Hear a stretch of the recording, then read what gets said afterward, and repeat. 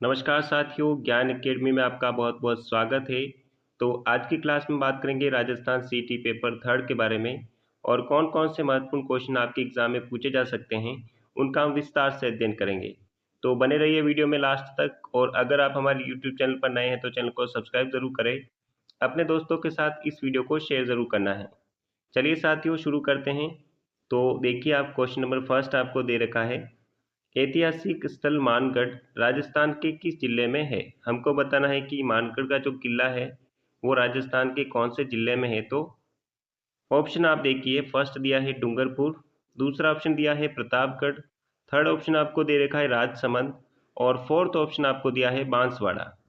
तो साथियों, अगर किसी भी सवाल का राइट आंसर आपको पता होता है तो आपको कमेंट बॉक्स में कमेंट करके ज़रूर बताना है, ताकि उससे आपको अपनी तैयारी का एनालिसिस हो पाएगा अच्छी तरीके से। तो साथियों देखिए, हमारे इस सवाल का राइट आंसर क्या होगा।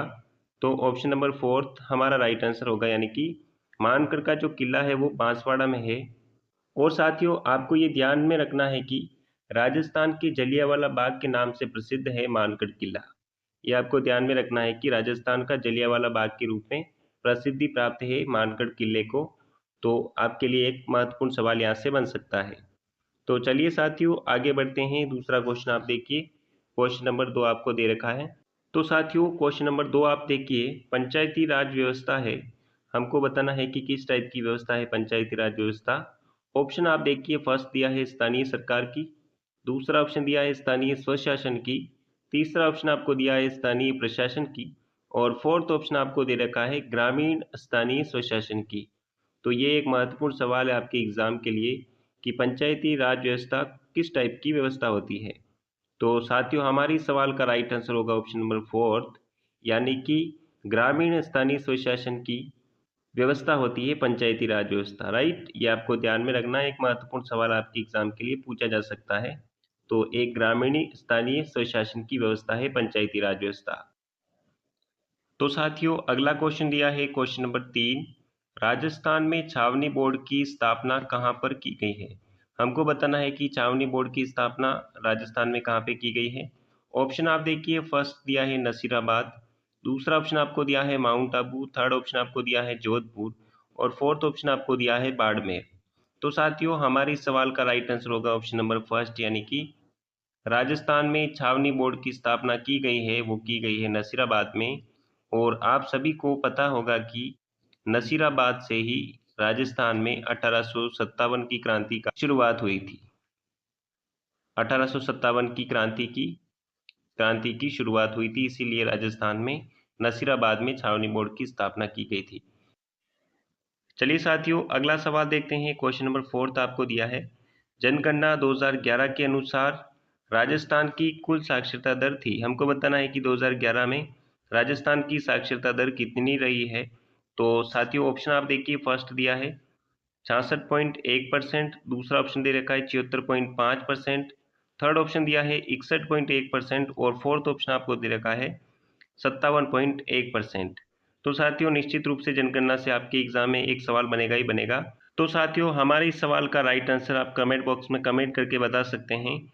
तो हमारे इस सवाल का राइट आंसर होगा ऑप्शन नंबर थर्ड, यानी कि राजस्थान की साक्षरता दर है वो है 61.1%। और यहाँ से एक और सवाल आपके एग्जाम में बन सकता है कि पुरुष साक्षरता दर कितनी रही है और महिला साक्षरता दर कितनी रही है। तो साथियों, ये भी आपको ध्यान में रखना है कि जो पुरुषों की साक्षरता दर है वो तो है 79%, 79.2%, और महिलाओं की साक्षरता दर की बात करेंगे तो आपके पास में आंसर होगा 52.1%। तो साथियों, एक सवाल और आपके एग्जाम में बन सकता है, ये आंकड़े आपको ध्यान में रखना है।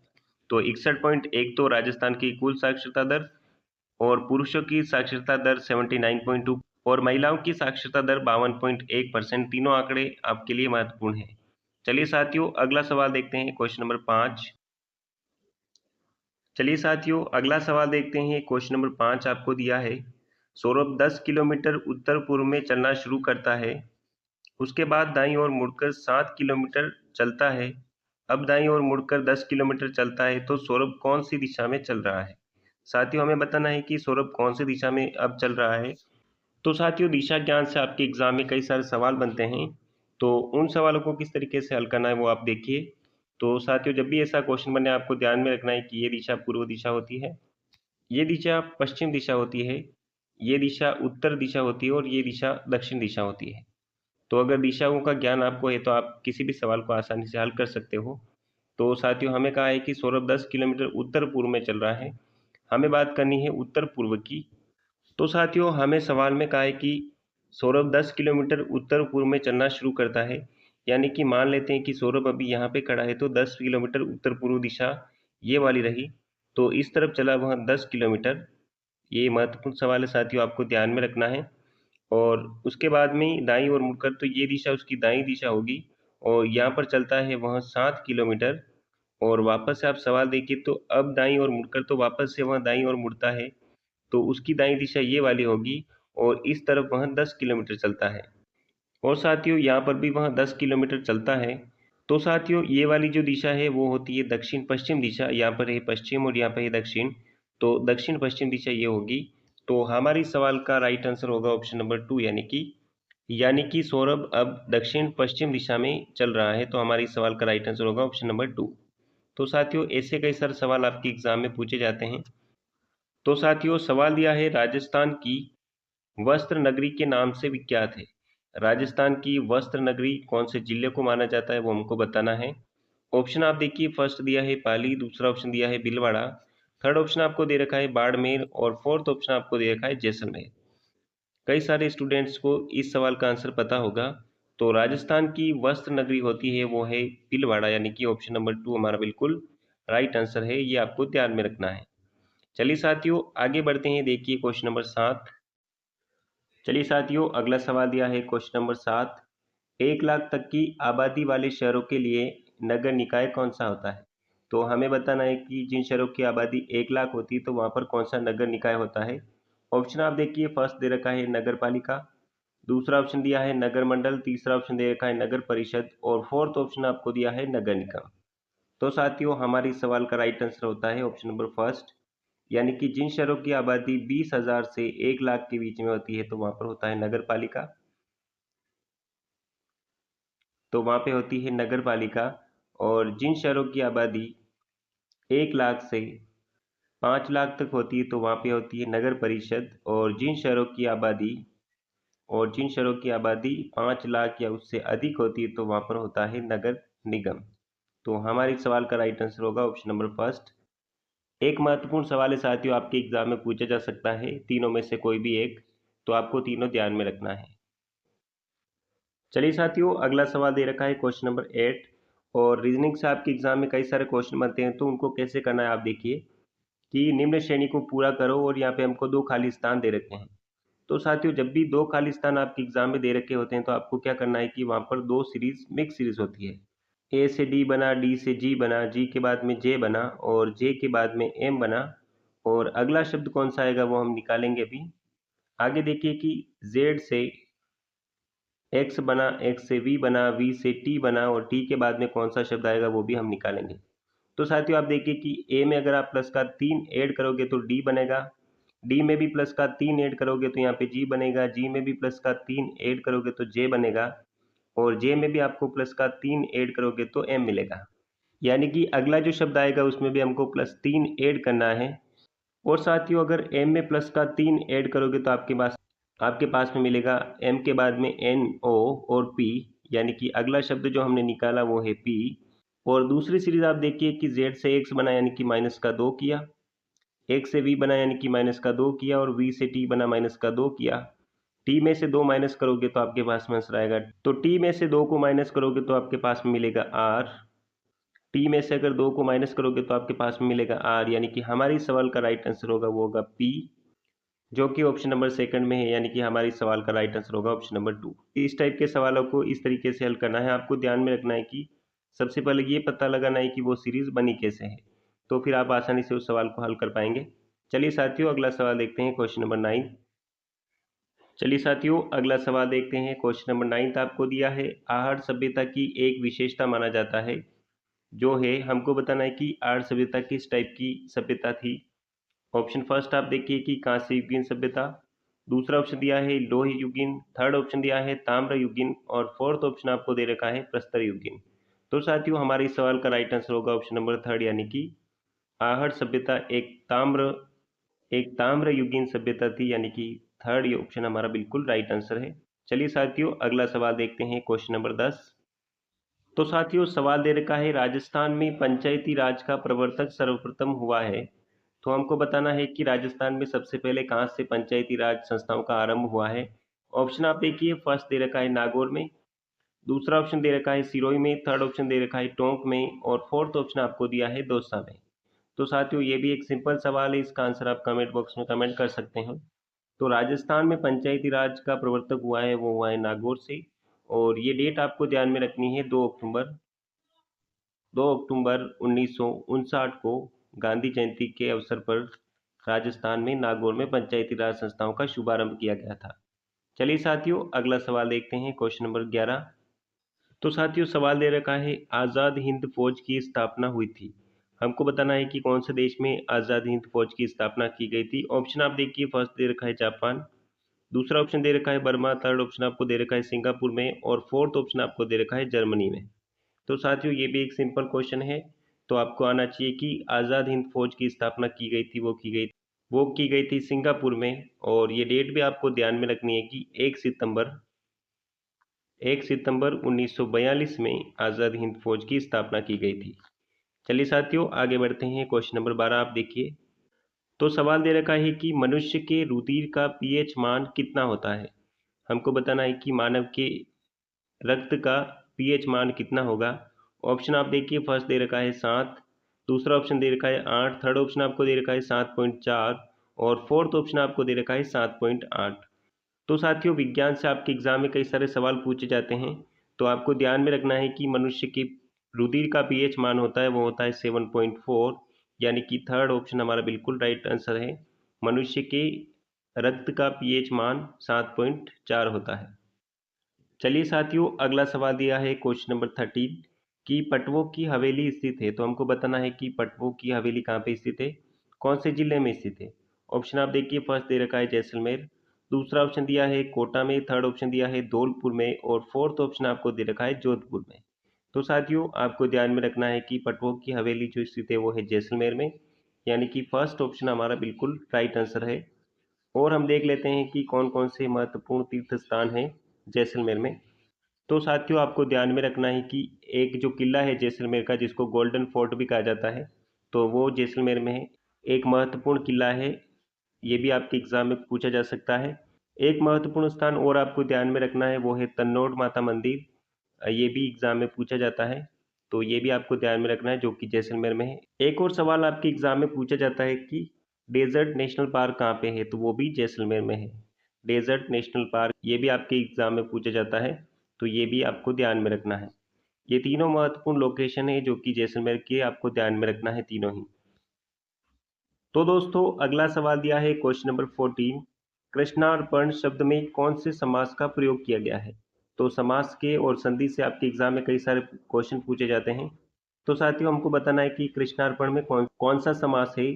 तो आपको ध्यान में रखना है कि कृष्ण को अर्पण, कृष्ण को अर्पण, तो ये होगा इसका विच्छेद। और अगर बात करेंगे कि जहाँ पर कारकों का यूज होता है तो वहाँ पर होता है तत्पुरुष समास, यानी कि हमारे इस सवाल का राइट आंसर होगा ऑप्शन नंबर फर्स्ट। जहाँ पर 7 कारकों का यूज होता है वहाँ पर तत्पुरुष समास होता है, यानी कि हमारा ऑप्शन नंबर फर्स्ट बिल्कुल राइट आंसर है। तो दोस्तों अगला सवाल दिया है क्वेश्चन नंबर 15, ऊंट के देवता के रूप में कौन से देव लोकप्रिय हैं। तो ऊंटों के देवता के रूप में किसकी पूजा होती है वो हमको बताना है। ऑप्शन आप देखिए, फर्स्ट दे रखा है तेजा जी, दूसरा ऑप्शन दिया है पाबू जी, थर्ड ऑप्शन दिया है हडबू जी और फोर्थ ऑप्शन आपको दिया है मेहा जी। तो साथियों आपको ध्यान में रखना है कि ऊंटों के देवता के रूप में जिस देवता की पूजा होती है वो है पाबू जी राठौर, यानी कि हमारा ऑप्शन नंबर 2 बिल्कुल राइट आंसर है। और इनको लक्ष्मण के अवतार के रूप में भी जाना जाता है, लक्ष्मण जी का अवतार भी आपको माना जाता है। तो ये आपको ध्यान में रखना है, महत्वपूर्ण सवाल आपके एग्जाम में पूछा जा सकता है। चलिए साथियों अगला सवाल देखिए क्वेश्चन नंबर 6। तो साथियों सवाल है कि ब्रह्मा मंदिर कहाँ स्थित है। लोकेशन से आपके एग्जाम में कई सारे सवाल बनते हैं, तो ऑप्शन आप देखिए, फर्स्ट दिया है पुष्कर में, दे रखा है मेड़ता में, थर्ड ऑप्शन दिया है सालासर में और फोर्थ ऑप्शन आपको दे रखा है नाथद्वारा। तो साथियों हमारे इस सवाल का राइट आंसर होगा पुष्कर मंदिर स्थित है वो है पुष्कर में, यानी कि हमारे इस सवाल का राइट आंसर होगा पुष्कर। तो साथियों अगला सवाल दिया है क्वेश्चन नंबर 17 कि पंचायती राज का प्रधान लक्ष्य है। पंचायती राज संस्थाओं का प्रधान लक्ष्य क्या है वो हमको बताना है। ऑप्शन आप देखिए, फर्स्ट दे रखा है सत्ता का केंद्रीकरण, दूसरा ऑप्शन दिया है सत्ता का विकेंद्रीकरण, थर्ड ऑप्शन दिया है सार्वजनिक कल्याण और फोर्थ ऑप्शन आपको दिया है प्रशासनिक पारदर्शिता। तो साथियों ये भी एक सिंपल सवाल है, इसका आंसर आप कमेंट बॉक्स में कमेंट कर सकते हैं।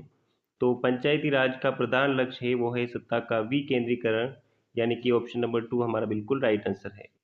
चलिए साथियों अगला सवाल देखते हैं क्वेश्चन नंबर 18। तो साथियों सवाल दे रखा है गणगौर त्योहार किस महीने में मनाया जाता है। हमको बताना है कि गणगौर त्योहार कौन से महीने में मनाया जाता है। ऑप्शन आप देखिए, फर्स्ट दे रखा है चैत्र, दूसरा ऑप्शन दिया है वैशाख, थर्ड ऑप्शन दिया है श्रावण और फोर्थ ऑप्शन आपको दे रखा है भाद्रपद। तो साथियों ये भी एक सिंपल सवाल है, इसका आंसर आप कमेंट बॉक्स में कमेंट करके बता सकते हैं। तो साथियों हमारे सवाल का राइट आंसर होगा ऑप्शन नंबर फर्स्ट, यानी कि चैत्र महीने में मनाया जाता है गणगौर का त्योहार। और गणगौर के रूप में और गणगौर का त्योहार शिव पार्वती के रूप में ईसर जी और गणगौर की प्रतिमाओं की पूजा की जाती है। तो साथियों महत्वपूर्ण सवाल है आपके एग्जाम के लिए, ध्यान में रखना है कि शिव पार्वती के रूप में ईसर जी और गणगौर जी की प्रतिमाओं की पूजा होती है इस दिन। तो हमारे इस सवाल का राइट आंसर होगा ऑप्शन नंबर फर्स्ट। चलिए साथियों अगला सवाल दिया है क्वेश्चन नंबर 19 कि भारत का मक्का नाम से प्रसिद्ध कौन सा शहर है। हमको बताना है कि भारत का मक्का कौन से शहर को माना जाता है। ऑप्शन आप देखिए, फर्स्ट दे रखा है सिक्कर, दूसरा ऑप्शन दिया है दिल्ली, थर्ड ऑप्शन दिया है अजमेर और फोर्थ ऑप्शन आपको दे रखा है मुंबई। तो साथियों एक महत्वपूर्ण सवाल आपके एग्जाम में बन सकता है कि भारत का मक्का कौन से शहर, तो हमारा आंसर होगा ऑप्शन नंबर थर्ड, यानी कि अजमेर शहर को कहा जाता है भारत का मक्का। तो साथियों एक महत्वपूर्ण सवाल आपके एग्जाम में बन सकता है, आपको ध्यान में रखना है। चलिए अगला सवाल देखते हैं क्वेश्चन नंबर 20। तो साथियों सवाल दे रखा है कि दासी मत का संबंध किससे है। तो हमारा सवाल है कि दासी मत किससे संबंधित है। ऑप्शन आप देखिए, फर्स्ट सरजूबाई, दूसरा ऑप्शन दिया है गवरीबाई, थर्ड ऑप्शन दे रखा है दयाबाई और फोर्थ ऑप्शन आपको दिया है मीराबाई। तो साथियों हमारे इस सवाल का राइट आंसर होगा ऑप्शन नंबर फोर्थ, यानी कि दासी मत का संबंध है वो है मीराबाई से। और हमारे एग्जाम में ये सवाल पूछा जाता है, कई बार पूछा गया है कि दासी मत का संबंध किससे है। तो आपको अच्छी तरीके से पता होना चाहिए कि दासी मत का संबंध जो है वो मीराबाई से है। चलिए साथियों आगे बढ़ते हैं क्वेश्चन नंबर 21। तो साथियों सवाल दे रखा है क्वेश्चन नंबर 21, कान कतरना मुहावरे का अर्थ होता है। तो कान कतरना मुहावरे का अर्थ क्या होता है वो हमको बताना है। ऑप्शन आप देखिए, फर्स्ट दे रखा है बहुत चतुराई दिखाना, दूसरा ऑप्शन दे रखा है दुख पहुंचाना, थर्ड ऑप्शन आपको दिया है चुगली करना और फोर्थ ऑप्शन आपको दे रखा है भेद खोलना। तो साथियों मुहावरों से आपके एग्जाम में कई सारे क्वेश्चन बनते हैं। तो कान कतरना मुहावरे का अर्थ होता है बहुत चतुराई दिखाना। तो हमारे इस सवाल का राइट आंसर होगा ऑप्शन नंबर फर्स्ट, यानी कि कान कतरना मुहावरे का अर्थ होता है बहुत चतुराई दिखाना। चलिए साथियों आगे बढ़ते हैं क्वेश्चन नंबर 22। चलिए साथियों अगला सवाल दिया है क्वेश्चन नंबर 22, गना पक्षी विहार पक्षियों का स्वर्ग माना जाता है, यहाँ का मुख्य आकर्षक है। तो किस कारण से इसको जाना जाता है वो हमको बताना है। ऑप्शन आप देखिए, फर्स्ट देखिए कुरजा, दूसरा दे रखा है घोड़ा वन, तीसरा ऑप्शन आपको दे रखा है साइबेरियन क्रेन और फोर्थ ऑप्शन आपको दे रखा है कोयल। तो साथियों ये एक महत्वपूर्ण सवाल है आपके एग्जाम के लिए कि कना पक्षी विहार क्यों जाना जाता है। तो यहाँ का मुख्य आकर्षक है साइबेरियन क्रेन, जिसको सफ़ेद सारस भी कहा जाता है। सफ़ेद सारस या फिर आप इसको कह सकते हैं साइबेरियन क्रेन, साइबेरियन क्रेन। तो साथियों आपके एग्जाम के लिए महत्वपूर्ण सवाल ये बन सकता है कि ये भी पूछा जा सकता है कि कहाँ पे स्थित है। तो आपको ध्यान में रखना है कि ये भरतपुर में स्थित है, भरतपुर जिले में। और इसका मुख्य आकर्षक है सफ़ेद सारस या फिर साइबेरियन क्रेन, जो कि हमारे इस क्वेश्चन का राइट आंसर है। चलिए साथियों अगला सवाल दिया है क्वेश्चन नंबर 23, लोकसभा का चुनाव लड़ने के लिए आयु योग्यता कितनी होनी चाहिए। तो कम से कम आयु कितनी होनी चाहिए लोकसभा का चुनाव लड़ने के लिए हमको बताना है। ऑप्शन आप देखिए, फर्स्ट दे रखा है 25 वर्ष, दूसरा ऑप्शन दिया है 30 वर्ष, थर्ड ऑप्शन दिया है 21 वर्ष और फोर्थ ऑप्शन आपको दिया है 35 वर्ष। तो साथियों हमारे सवाल का राइट आंसर होगा ऑप्शन नंबर फर्स्ट, यानी कि लोकसभा का चुनाव लड़ने के लिए आयु होनी चाहिए 25 वर्ष। और अगर बात करें राज्यसभा का चुनाव लड़ने के लिए आयु होनी चाहिए 30 वर्ष। तो दोनों आपको ध्यान में रखना है, कोई भी क्वेश्चन आपके एग्जाम में पूछा जा सकता है। चलिए साथियों बढ़ते हैं, अगला क्वेश्चन देखिए, क्वेश्चन नंबर 24। तो साथियों सवाल दे रखा है क्वेश्चन नंबर 24, राजस्थान का कौन सा शहर घंटियों के शहर के रूप में जाना जाता है। ये आपको ध्यान में रखना है कि घंटियों के शहर के रूप में कौन से शहर को जाना जाता है। तो ऑप्शन आप देखिए, फर्स्ट दे रखा है जालरापाटन, दूसरा ऑप्शन आपको दिया है मंडोर, थर्ड ऑप्शन आपको दे रखा है केशुरायपाटन, और फोर्थ ऑप्शन आपको दे रखा है डीग। तो साथियों एक महत्वपूर्ण सवाल है कि घंटियों के शहर के रूप में जाना जाता है जालरापाटन को। आपको ध्यान में रखना है, एक महत्वपूर्ण सवाल आपके एग्जाम में बनता है।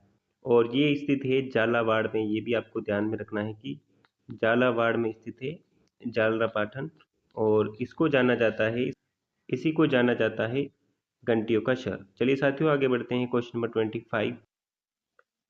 तो साथियों सवाल दे रखा है क्वेश्चन नंबर 25, मनुष्य की प्रत्येक कोशिका में कितने जोड़ी गुणसूत्र पाए जाते हैं। तो मनुष्य की प्रत्येक कोशिका में कितने जोड़ी गुणसूत्र पाए जाते हैं। ऑप्शन आप देखिए, फर्स्ट दे रखा है 46, दूसरा ऑप्शन दे रखा है 23, थर्ड ऑप्शन दे रखा है 48, और चौथा ऑप्शन आपको दे रखा है 28। तो साथियों अगर गुणसूत्र की जोड़ी की बात करें तो वो होती है 23, यानी कि 23 जोड़ी गुणसूत्र प्रत्येक कोशिका में पाए जाते हैं मानव के।